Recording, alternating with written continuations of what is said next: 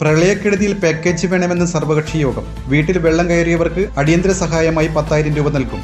This news is brought to you by Padinjath golden diamonds, Cherupuzha, Alakode, Padiyottuchal. Cherupuzha പഞ്ചായത്തിലെ പ്രളയക്കെടുതിയിൽ അടിയന്തര പുനരധിവാസ പ്രവർത്തനങ്ങൾ വിലയിരുത്താൻ നടത്തിയ യോഗത്തിൽ വി കുഞ്ഞികൃഷ്ണൻ MLA തീരുമാനങ്ങൾ അറിയിച്ചു. വീടുകളിൽ വെള്ളം കയറിയവർക്ക് 10,000 രൂപ അടിയന്തര സഹായം അനുവദിക്കുമെന്നും ചെറുപുഴ പഞ്ചായത്തിന് പ്രത്യേക പാക്കേജ് അനുവദിക്കുന്ന കാര്യം സർക്കാരിന്റെ ശ്രദ്ധയിൽപ്പെടുത്തുമെന്നും MLAയും പയ്യന്നൂർ തഹസിൽദാർ KP പോൾ എന്നിവരും അറിയിച്ചു.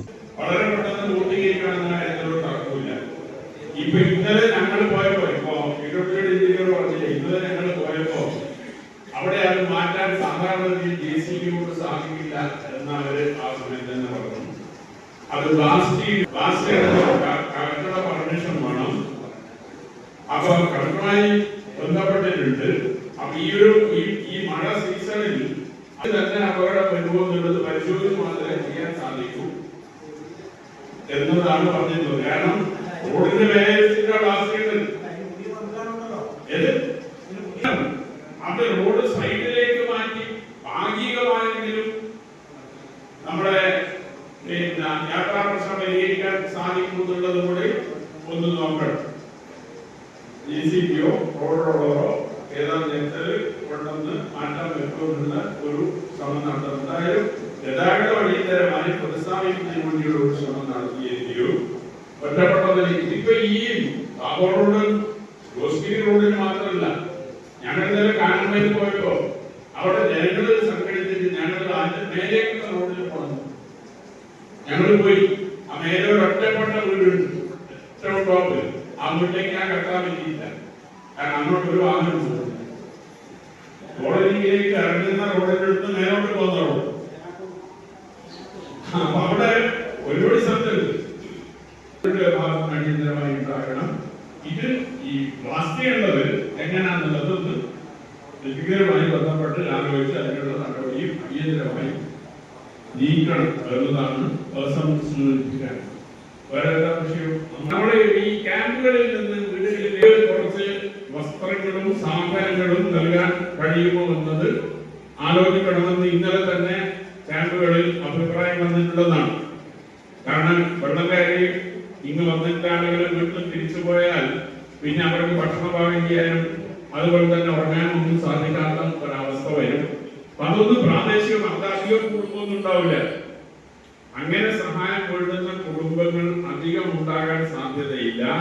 Payyanur block panchayat president KK Joy, Cherupuzha panchayat president Laisamma Panackal, vice president Satheesan Karthikappally, Payyanur tahsildar KP Paul, ADPP VK Manjusha, Payyanur BDO K Mohanan, Cherupuzha SI Clint Mathew, panchayat secretary Bitaji Thomas, പൊതുമരാമത്ത് വകുപ്പ്, KSCB ഉദ്യോഗസ്ഥർ, റവന്യൂ ഉദ്യോഗസ്ഥർ, കൃഷിവകുപ്പ് ഉദ്യോഗസ്ഥർ, ജനപ്രതിനിധികൾ, രാഷ്ട്രീയ പാർട്ടി പ്രതിനിധികൾ, വ്യാപാരികൾ, സന്നദ്ധ സംഘടനകൾ, ആരോഗ്യ പ്രവർത്തകർ, ആശാവർക്കർമാർ തുടങ്ങിയവർ യോഗത്തിൽ പങ്കെടുത്തു.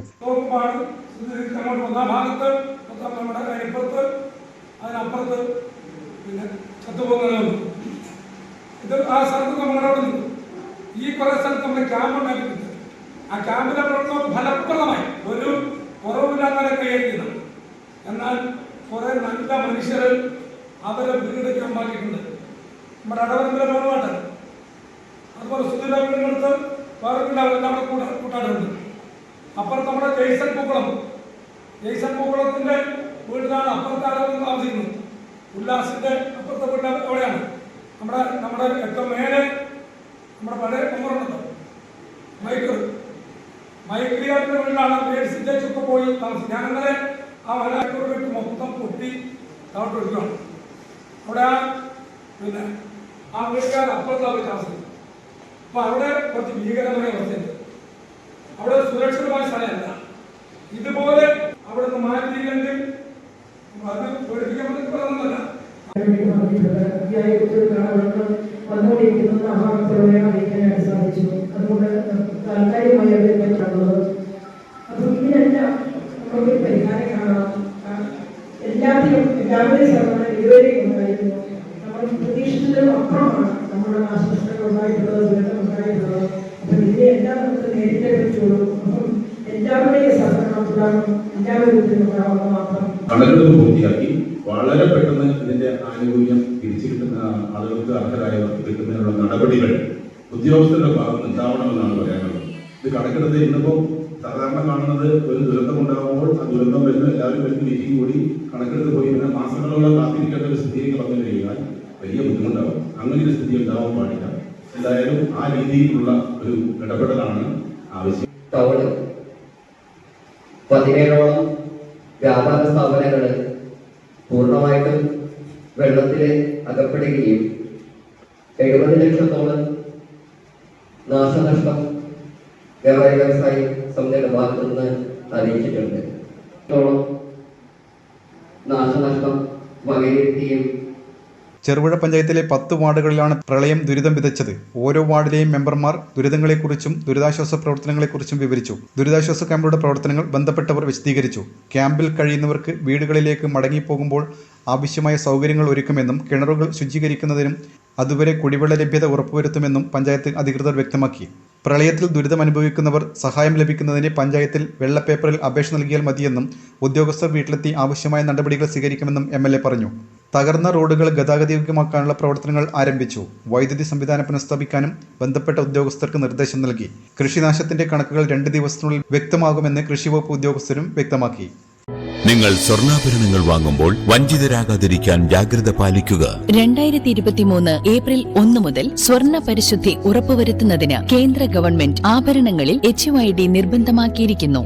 100% ആഭരണങ്ങളും HUID മുദ്ര ചെയ്ത മലയോര മേഖലയിലെ ഒരേയൊരു jewellery Padinjath golden diamonds, Cherupuzha, Alakode, Padiyottuchal, wholesale division, Thrissur.